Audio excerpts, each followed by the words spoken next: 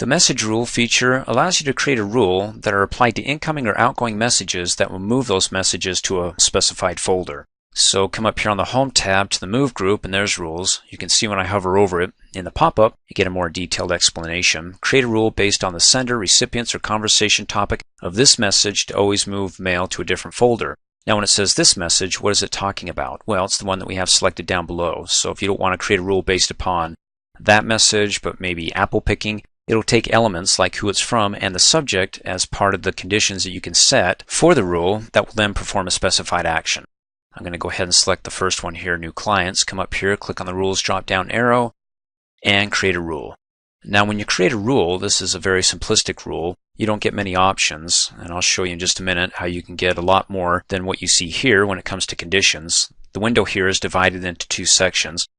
As I mentioned, you've got conditions, and then once it meets one or more of the conditions down below, it can do one or more of the following actions. So first of all, you can see it's from Carrie Heffernan.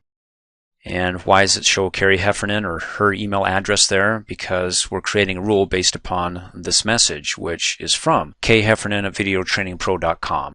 So if I check that, then any message that I get from her or her email address, I can have it do one or more of the following.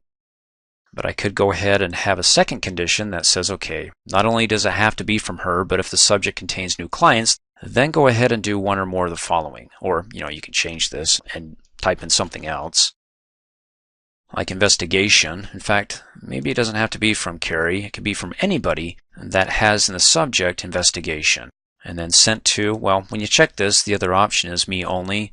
So if the subject contains investigation and it was only sent to you, then go ahead and do one of the following. If it was sent to anybody else but you with the word investigation in the subject, then it won't meet those conditions, so it won't do whatever you select down below. I'm going to go ahead and uncheck this.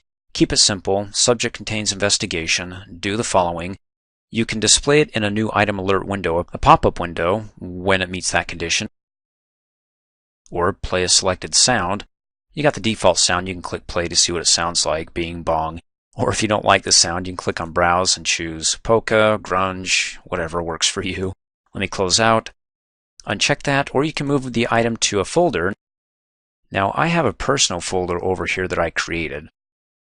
So if you don't want it to go to whatever folder it shows here, go ahead and click on Select Folder, and there's my default. And you could even move it to the garbage can because, hey, anytime I see investigation, especially haunted house investigation, maybe I could update that, where it says haunted house investigation. I don't want to do it. Too spooky. Move it to the garbage can. Don't even want to see it. Well, in any case, let's go ahead and just move it to personal. And click OK, and then when I'm done, click OK, and it says the rule has been created. Now, do you want to run this rule on messages in your inbox? If you do, check it, click OK, and it takes any email message that has investigation in the subject and moves it to the personal folder. Let's check it out. Okay, investigation, it works. What's this one? Can't see. OK. When you hover over it, what I couldn't see because it was cut off, now shows it right there, the rest of it, investigation, so checks out. Now, if you made a mistake, you're like, oh, I didn't mean to move everything over here. You can, of course, go ahead and hold down the Shift key and select the top, and then just click and drag and move everything back to the inbox. And we're back to where we started. But if you're talking about how to edit the rule, well, sure. Let's come up here on the Home tab, go to the Move group, click on the Rules drop-down arrow, and we're going to manage the rule and alerts. Click on it, and there's the investigation rule. Now, before I go ahead and edit the rule, you get some options here where you can uncheck it, meaning that if you don't want this to be applied currently and you click OK, any email messages that I get, nothing will happen. Because, again, the rule isn't checked. If I go ahead and check it, click OK, then it's on.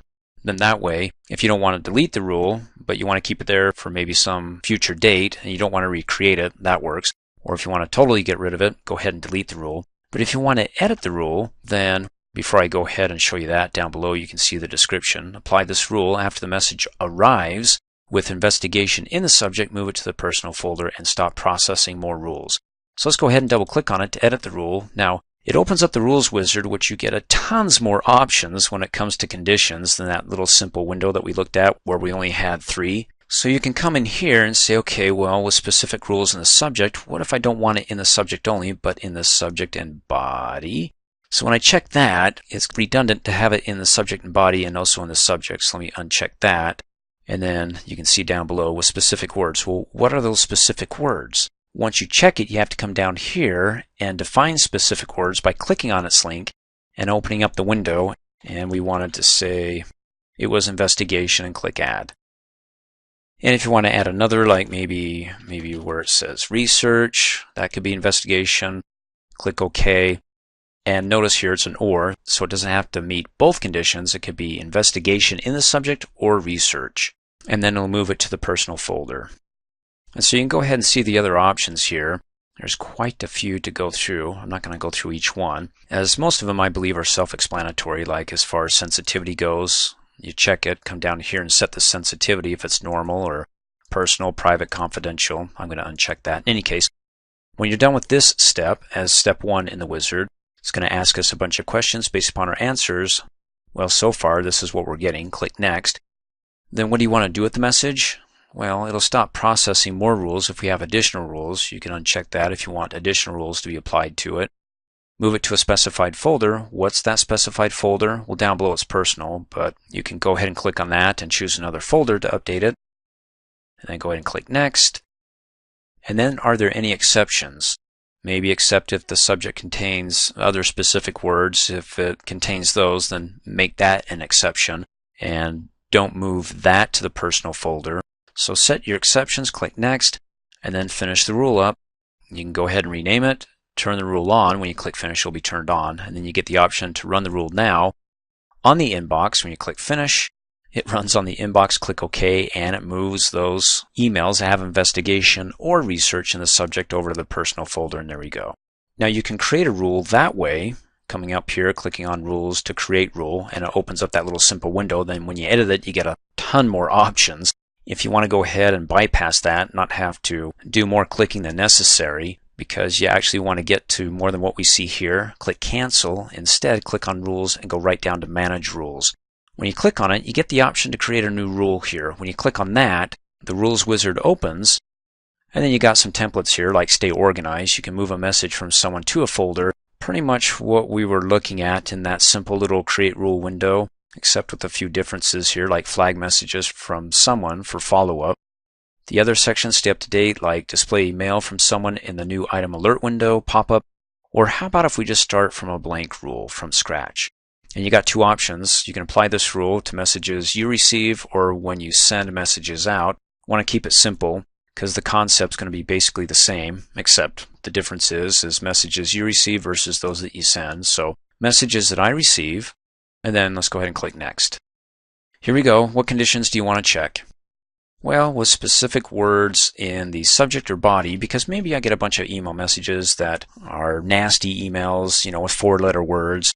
And so I don't want to see that at all. So what I could say is come down here, click on specific words, and type in those nasty words once, those 4-letter words. And I'm not going to do that because we don't need to see that. So I'll just type in nasty for the 4-letter word. So, and then, for something else, another nasty word, we'll call it potty mouth.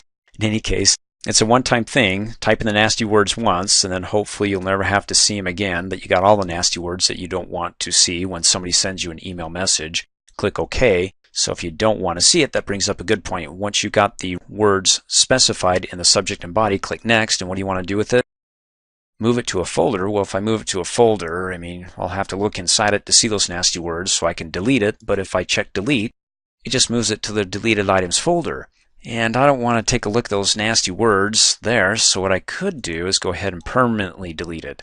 And then it warns me, it says, once this goes on, anytime somebody sends you those 4-letter words, okay, well, my words are euphemisms of those 4-letter words because I don't want to show you those. But anytime somebody sends nasty or potty, it's going to permanently delete it. So we'll just say no. We'll just say delete it for this example so you can see that it actually works. Because permanently delete, well, how am I going to show you that?